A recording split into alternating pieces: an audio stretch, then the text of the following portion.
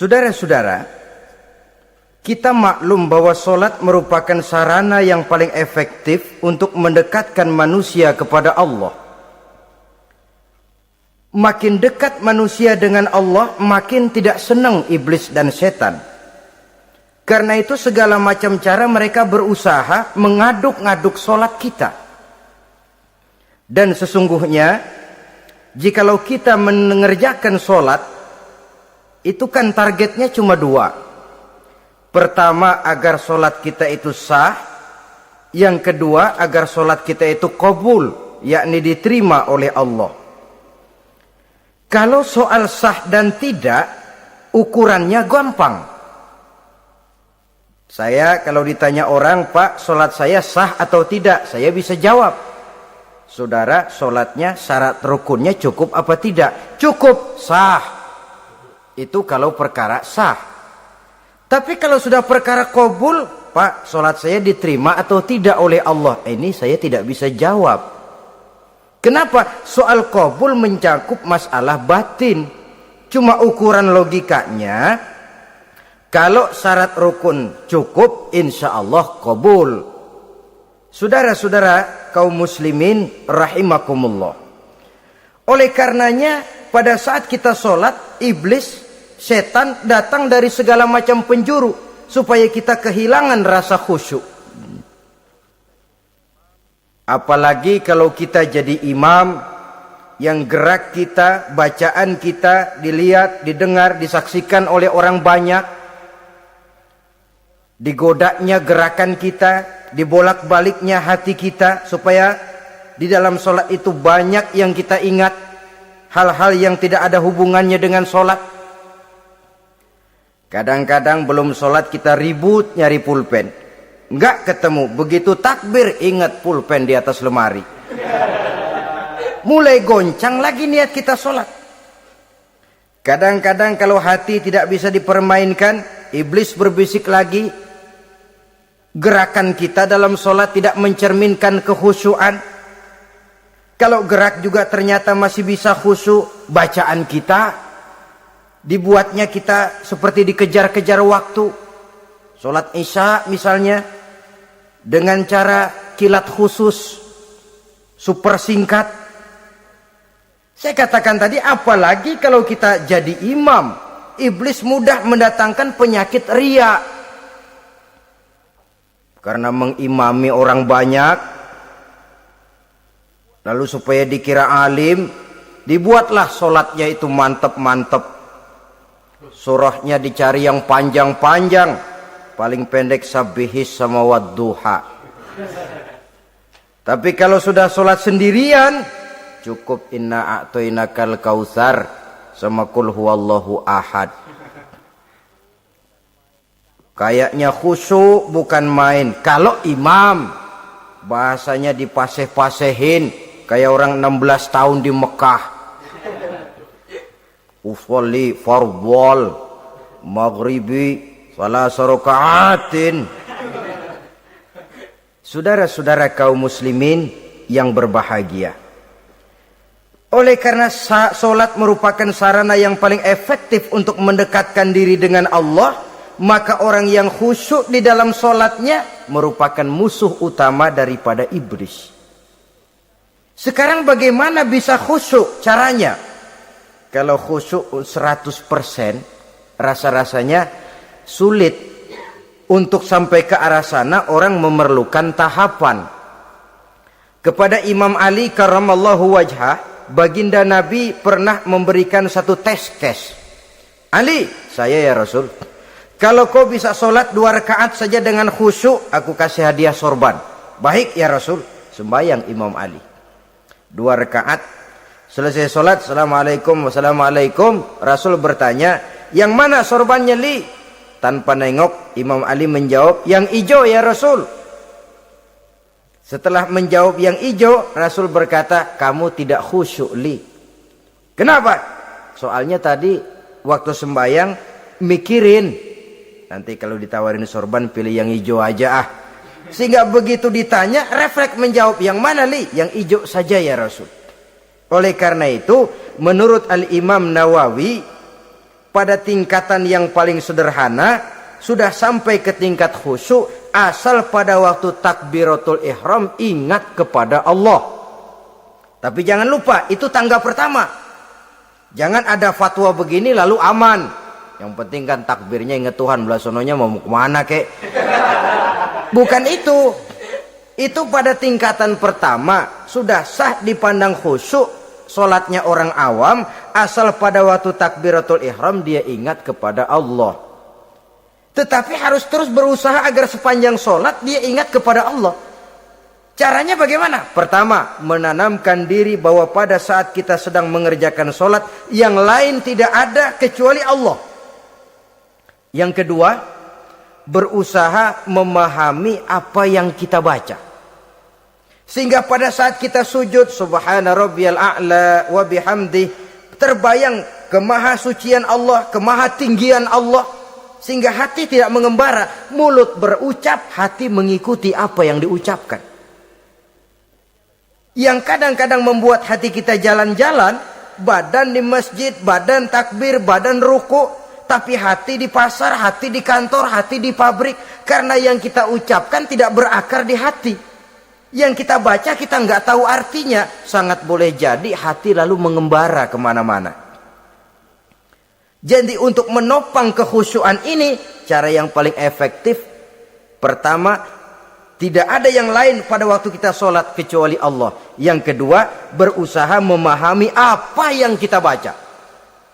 Dikala kita dikala kita duduk di antara dua sujud, Rabbighfirli, ya Allah ampuni dosa saya, warhamni, kasihani saya, dan selanjutnya. Mulut membaca, hati mengikuti. Dengan mengikuti, hati tidak terlalu mengembara, ada tempat dia kembali. Saudara-saudara kaum muslimin rahimakumullah. Itu yang kelima. Yang keenam, yang menjadi musuh iblis, mu'minun nasih. Orang mukmin yang suka memberikan nasihat. Orang mukmin yang suka memberikan petunjuk. Termasuk juru-juru dakwah, para mubaligh itu merupakan musuh utama iblis. Kenapa? Tiap hari iblis kampanye.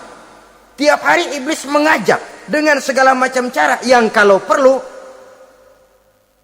dia berikan kamuflase. Dia berikan fata morgana. Kalau perlu, yang haram dia bungkus dengan merek halal. Kalau perlu, kejahatan dia bungkus dengan baju kebajikan. Istilahnya, racun diberi merek madu. Dan itu wajar. Cuma kita tentu harus punya filter, daya saring positif agar tidak salah pilih. Karena iblis ini pintar betul. Kalau kita khusyuk dalam sholat, dia tanamkan kepada kita misalnya seperti tadi itu. Sholatmu memang hebat, khusyuk. Di kampung ini tidak ada orang yang sholatnya seperti kamu. Tertanam itu dalam hati kita, timbul ujub. Akhirnya, iya. Gue lihat-lihat di kampung sini kagak ada yang sembayangnya kayak gua. Nah, sudah masuk iblis. Jadi dia pandai mengikuti gerak hati dan irama denyut jantung manusia ini. Kemana kecenderungan manusia, ke situ dia masuk. Pendeknya iblis itu ibarat tukang joget, dia ngerti benar irama kendang. Saudara-saudara kaum muslimin rahimakumullah.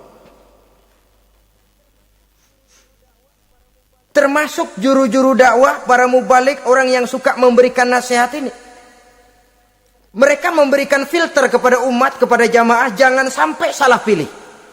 Dan iblis menyesatkan kita supaya kita salah pilih. Satu contoh ringan. Kalau di depan saudara ada dua buah gelas, yang segelas isinya jamu, yang segelas sirup. Kira-kira saudara minum yang mana? Jamu. Jamu apa sirup? Jamu. Sirup apa jamu? Jamu. Orang yang pikirannya panjang, dia pasti minum jamu. Pahit memang, getir memang, tapi besok badan sehat, tenaga kuat, gairah kerja ada, kreativitas timbul, semangat menghadapi kehidupan tumbuh. Orang mukmin orang yang berpandangan jauh ke depan. Pandangannya panjang. Panjang kemana? Tidak cuma ke dunia, sampai juga dia memandang ke alam barzah, ke akhirat. Sholat itu jamu, pahit. Ngaji, hadir di majelis taklim itu jamu, pahit. Sedekah, jamu, pahit. Mengeluarkan uang untuk kepentingan orang lain. Enak aja minta sumbangan, datang-datang yang nyari peres keringat banding tulang gue, lu datang-datang mau minta. Yang enak ngumpulin harta lalu bakhil bin pelit alias medit. Itu jamu. Saudara hadirin yang saya muliakan, sedekah jamu pahit. Puasa jamu pahit. Jihad jamu pahit. Tapi nanti begitu kita meninggalkan dunia, masuk ke alam barzah, apalagi pindah ke akhirat, baru terasa, aduh, nikmatnya dulu kemarin itu minum jamu, sekarang badan sehat, tenaga kuat, kerja semangat. Nikmatnya dulu saya waktu di dunia sholat, rajin ngaji, suka sodako, suka menolong orang. Sekarang terasa manfaatnya. Begitu saya berada di alam barzah, apalagi sudah dibangkitkan di padang mahsyar di akhirat nanti, terasa seluruh kebajikan yang saya kerjakan. Nah, orang yang berpikir jangka pendek cuma ngelihat yang ada di depan hidungnya saja. Ngapain minum jamu getir, sirup nih, manis. Dia minum, dia ambil sirup, minum, manis memang pada waktu minum, tapi besok bibir jontor. Meninggalkan perintah Allah, sirup itu manis. Tidak sholat, manis. Tidak bayar zakat, sirup, manis. Tidak mau puasa, sirup, manis. Manis sekarang. Tapi nanti besok begitu masuk ke alam barzah, begitu dibangkitkan di padang mahsyar di akhirat nanti, merintih kita menahan penyesalan yang sudah tidak ada artinya lagi. Sampai-sampai penduduk mahsyar itu ada yang berkata, diceritakan dalam Quran, ya laitani kuntu turaba. Wahai celaka, kenapa kita nggak jadi tanah saja? Menyesali kejadiannya. Andai kata mereka bisa kembali ke hidup di dunia lagi, mereka akan minta kejadian yang kedua untuk berbuat baik. Tapi tentu sudah penyesalan yang tidak ada gunanya lagi. Maka saudara-saudara, emang cuman jalan duluan kecebur di sumur yang nyesel duluan.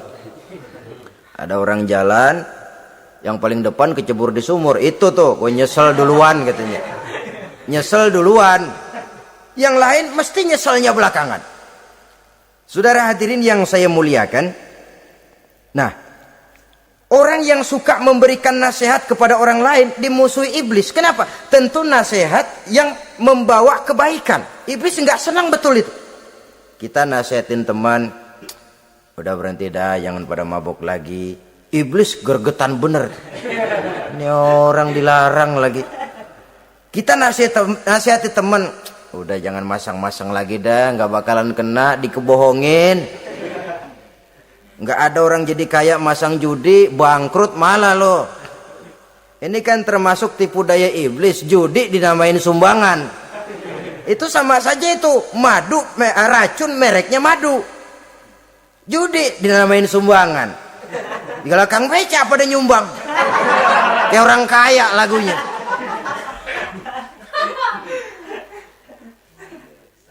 Saudara-saudara kaum muslimin rahimakumullah, adalah kewajiban kita memang untuk tawasau bil haq, saling nasihat menasihati. Setiap kita juru dakwah, setiap kita wajib menyampaikan apa yang sudah kita tahu kepada orang yang belum atau kurang tahu.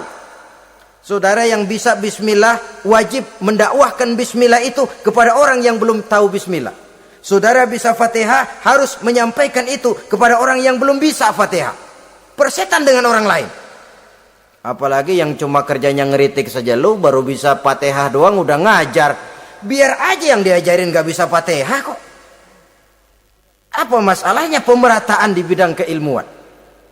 Sebab memang biasa penonton itu selalu lebih pandai menilai, kayaknya lebih pintar dari yang main. Sama saja orang nonton bola ngomel melulu, padahal dia sendiri belum tentu bisa main. Dengerin orang pidato pun begitu. Monten bisa. Wah, kalau dia yang pidato 1 jam kayak semenit. Tapi kalau si Ano tuh kita udah pegel belum juga mau berhenti. Monten bisa. Coba dia suruh pidato. Udah 1/4 jam masih ama ba'du. Apa mau dibilang ama ba'du?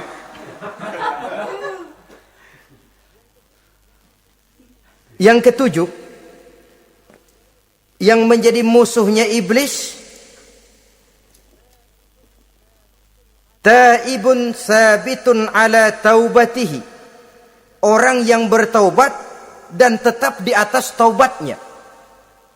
Secara jujur, tidak ada manusia yang tidak punya salah. Dan orang yang baik memang bukan orang yang tidak punya salah. Karena tidak ada orang yang tidak punya salah. Orang yang baik adalah orang yang apabila melakukan kesalahan dia segera sadar, dijadikannya itu sebagai pelajaran untuk tidak diulanginya lagi pada masa yang akan datang. Biasanya kita menghakimi orang pintar, kita nggak merasa bahwa kita juga punya kesalahan. Kalau kita ngelihat maling ayam kita teriak, padahal kita nyolong kambing. Lebih besar dari si maling ayam, merasa diri lebih benar dari yang lain, padahal kita lebih kotor dan lebih jelek. Hilang sifat introspeksinya. Yang kita musuhi, yang kita caci maki, tahu-tahu kita sendiri yang melakukannya. Saudara-saudara kaum muslimin, orang yang bertaubat dan tetap dalam taubatnya stabil, itu musuh iblis. Apa ada orang yang taubatnya nggak tetap? Ada. Yang istilah kita taubat sambal namanya. Kalau dia makan sambal kepedesan, taubat makan sambal. Besok mau makan kagak ada sambal, ngomel. Mana sambal? Kemarin udah taubat, sekarang mana sambal? Ini taubat yang namanya taubat sambal. Istighfar, habis istighfar, nyolong lagi, istighfar lagi, besok nyolong lagi, istighfar lagi. Itu taubat yang tidak tetap namanya. Allah Maha Pengasih dan Penyayang dengan segala kebesarannya. Ia akan memaafkan segala perbuatan yang bersifat salah dari hamba-hambanya. Cuma manusia kadang-kadang yang tidak mau memaafkan dirinya sendiri. Amat dungu manusia macam ini. Membiarkan dirinya hanyut berlarut dalam lembah dosa. Sementara dia diberikan umur, tidak digunakannya untuk bertaubat. Innallaha yaqbalu taubatal abdi ma lam yugharghir. Allah senantiasa akan menerima taubat seorang hamba sepanjang nafasnya belum sampai di tenggorokan. Kalau nafas sudah sampai di tenggorokan baru berniat taubat, kasib terlambat. Kayak Fir'aun. Fir'aun itu begitu ditenggelamkan di lautan merah, udah cengap-cengap mau mampus, baru ngomong dalam sekaratnya, amantu bi Rabbi Musa wa Harun. Kalau begini mah saya juga percaya sama Tuhannya Musa. Udah sekarat baru mau taubat, malaikat maut gemes banget, dilelepin, mati.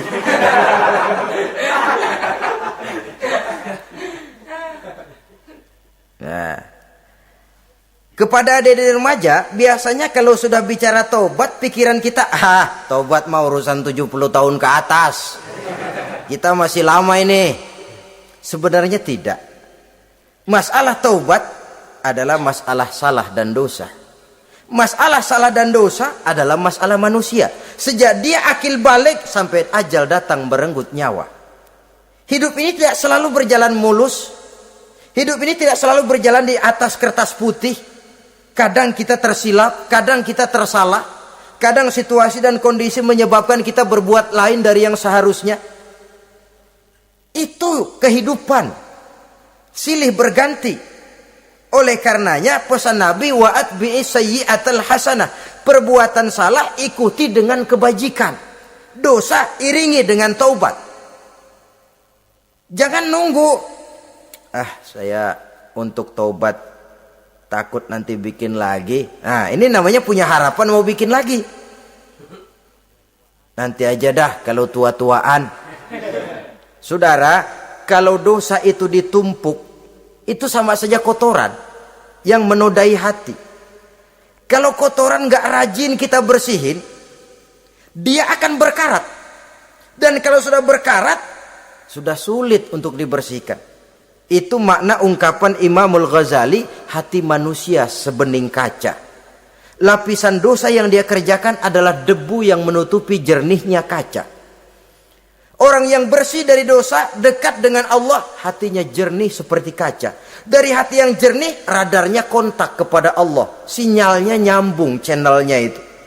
Getarannya hebat. Wajar kalau lalu dia bisa tahu apa yang besok akan terjadi. Diberitahu oleh Allah. Yang namanya ilmu laduni itu. Ilmu yang ditransfer langsung oleh Allah. Karena kebersihan hatinya.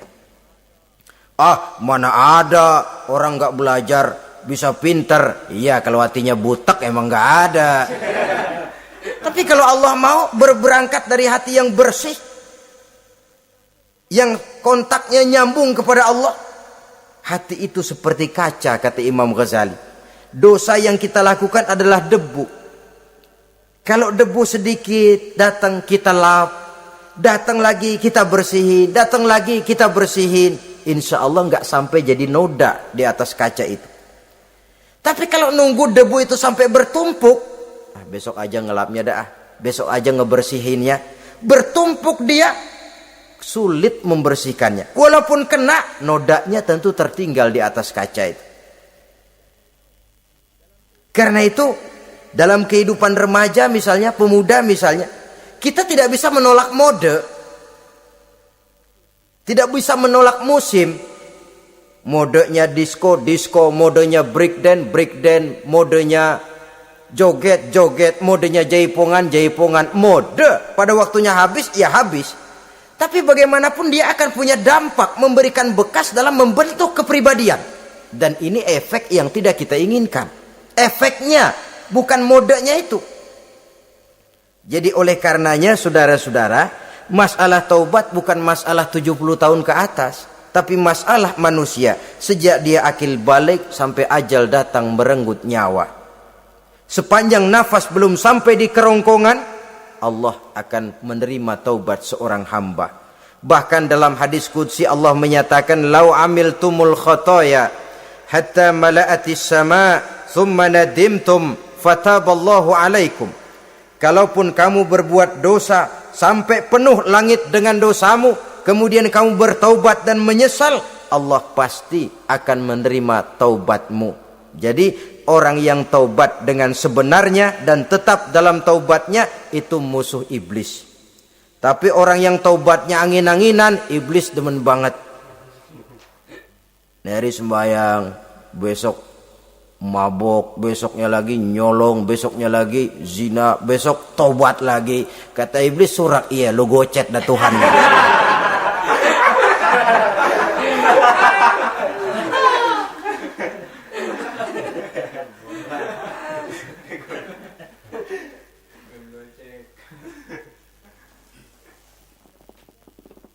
Selanjutnya, yang ke-8, musuh iblis, musuh setan, mukminun yudawi mu'alat taharah. Orang mukmin yang membiasakan diri selalu dalam keadaan bersuci. Baik dari hadas kecil, lebih-lebih dari hadas besar. Wudu utamanya memang untuk sholat. Tapi membiasakan wudu dalam kehidupan sangat baik sekali. Mau ke kantor, wudu dulu. Mau ke pasar, wudu dulu. Mau ngajar, wudu dulu. Apa sebabnya? Karena dalam keadaan suci, orang ada sikap memelihara kesuciannya. Kalau kita naik PPD pagi-pagi gelantungan, kalau punya wudu, hati-hati, kesenggol perempuan juga sayang sama wudu. Tapi kalau nggak punya wudu, jangan kesenggol, kita nyeruduk. Ada semacam sikap apik di dalam kehidupan ini. Karena itu biasakan wudu. Untuk menjaga kebersihan diri, kebersihan zahir, kebersihan batin, belum lagi kemanfaatan di akhirat. Sebab kata Nabi, "Inna ummati ya'tuna yaumal qiyamah ghurran muhajjalin min asaril wudu. Umatku di akhirat nanti akan datang menghadap Allah dengan muka berseri-seri, bersinar-sinar dari sebab sering wudu. Sehingga tidak usah mengaku pun Rasul akan memanggil karena muka yang sering tersentuh air wudu ini. Mu'minun yudawimu alat toharoh. Orang mukmin yang selalu membiasakan diri berada dalam keadaan suci, berwudu. Kita lihat ajaran wudu ya. Dari sejak bacaan-bacaannya saja itu sudah membawa manfaat. Lalu dari segi bahwa kita manusia sering tersilap melakukan dosa-dosa kecil. Dosa-dosa kecil itu oleh air wudhu dia rontok. Tangan kita suka colak-colek pada saat membasuh dua tangan. Allahumma inni as'alukal yumna wal barakah wa a'udzubika minasyu'mi wal halakah. Dosa yang ada di tangan itu rontok. Mata kita suka pelatat-pelotot, nggak karu-karuan. Pada saat membasuh muka, nawaitu raf'al hadasil asghar, dosa yang ada di mata rontok. Dari segi pembersihan batin, belum lagi dari segi pembersihan zahir. Sehari semalam kalau 5 kali saja kita terkena air wudu, itu sudah menjaga kesehatan dan kebersihan. Saudara-saudara kaum muslimin rahimakumullah. Yang ke-9, orang yang menjadi musuh iblis yaitu mutawarra'un anil haram. Orang yang memelihara diri dari yang diharamkan oleh Allah. Terpelihara dirinya, terpelihara yang dimakannya, yang diminumnya dari jenis-jenis yang haram, baik sedikit maupun banyak. Jangan cuma teriak haram waktu sedikit, tapi giliran banyak halal. Sama saja orang dikasih tahu, itu ada cerita anak-anak, Pak Haji punya anak main judi, dikasih tahu, Pak anak bapak main judi, astagfirullah katanya. Tapi menang Pak, alhamdulillah.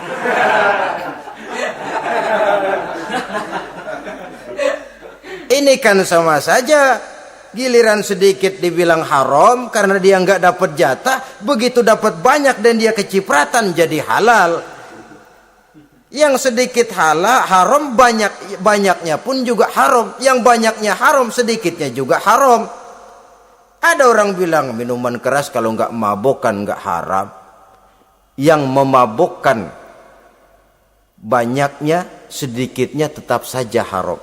Ma askaro kasiruhu faqaliluhu haramun. Apa yang banyak menyebabkan jadi mabuk, sedikitnya pun juga haram. Saudara-saudara kaum muslimin, yang ke-10 yang terakhir, musuh daripada iblis ialah mukminun rahimun, orang mukmin yang berhati pengasih. Orang mukmin yang suka menyambung silaturahmi. Orang mukmin yang tidak suka bertengkar. Orang mukmin yang tidak suka marah-marahan. Kalaupun terpaksa marah, tidak lebih daripada 3 hari. Jadi boleh saja marah kalau alasannya tepat, tapi nggak lebih dari 3 hari. Kalau perlu bikin perjanjian, kita marah ya 3 hari. Itu limit. Tidak halal kata Nabi bagi seorang muslim menjauhi saudaranya lebih dari 3 hari. Tidak halal itu artinya haram.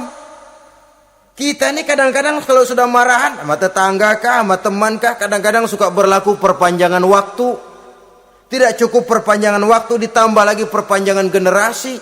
Enggak cukup kita yang marah, orang lain kita sundut-sundut supaya ngikut marah lagi. Marah pakai ngundang. Kayak mafia lagunya, udah dia marah, orang lain lagi disuruh marah. Saudara hadirin yang saya muliakan, mukmin yang punya sifat belas kasih, berhati jernih, itu musuh utama dari iblis. Tapi mukmin yang suka marah-marahan, tukang hasut dan tukang bakar, itu teman-teman iblis. Oleh karena itu, mudah-mudahan kita semua menjadi musuh iblis. Dan jangan menjadi musuh iblis. Jangan menjadi teman iblis. Sebab iblis sudah kadang memproklamirkan permusuhan. Sekali dia musuh kita, selamanya dia akan tetap menjadi musuh kita. Berusahalah untuk menjadi musuh iblis dan jangan sekali-kali toleransi. Jangan berusaha menjadi teman iblis. Inilah yang kita bicarakan pada pertemuan ini. Mudah-mudahan ada manfaatnya. Terima kasih atas segala perhatian. Mohon maaf atas segala kekurangan. Wassalamualaikum warahmatullahi wabarakatuh. Waalaikumsalam warahmatullahi